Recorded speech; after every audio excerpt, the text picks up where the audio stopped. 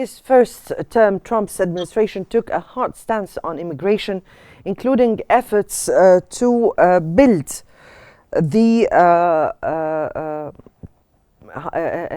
definitely, as we said, hard stance on immigration, including efforts to build a border wall. Now, how might this issue play out differently in his second term, especially with the changing public opinion and political dynamics? And as Mr. Musmar here said, we're expecting the America First to go on.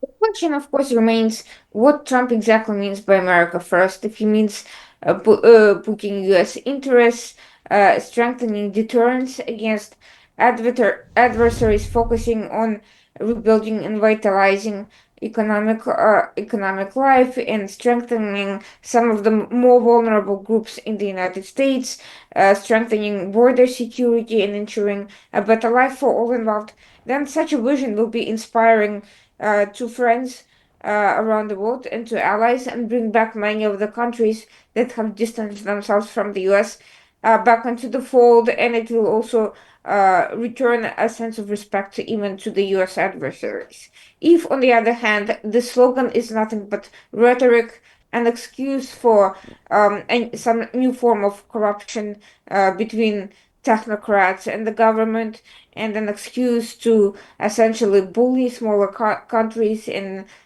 impose isolationist policies regardless of their external and domestic impact, then I think this will not be helpful to the US and will not, in fact, put America's interests first. It will only benefit US adversaries, geopolitical hegemons, rogue regimes, and terrorist organizations. So implementation matters at least as much as political rhetoric. We are past the point of campaigning, and now we need to implement sound policies that work, that are practical, and that will constrain Right. and roll back foreign influence while strengthening the U.S. Yes, but we were speaking here about his migration policies in the first And place, and how will that evolve in his next term? This was the main question here.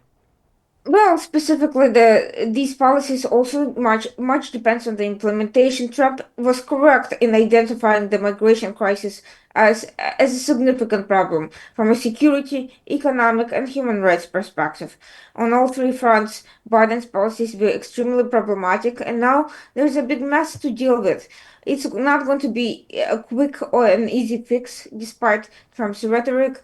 Even mass deportations of individuals with criminal records, about 700,000 in total, will require approximately $86 billion dollars to implement, and that's already raising questions in Congress and among various people about funding such a venture, and that's probably also going to take time. Now, let's assume that that phase of the plan is successful, then we are forced to take a look at other migrants who don't necessarily have a criminal record, but who have a history of deportations and various administrative violations, but who take up many of the jobs that Americans are not willing to do.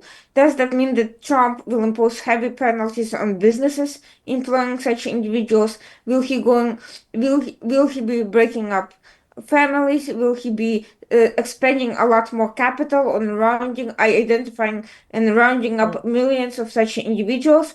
That promises to be an extremely long-term, controversial plan that will require careful consideration at every phase, and also requires economic recalibration.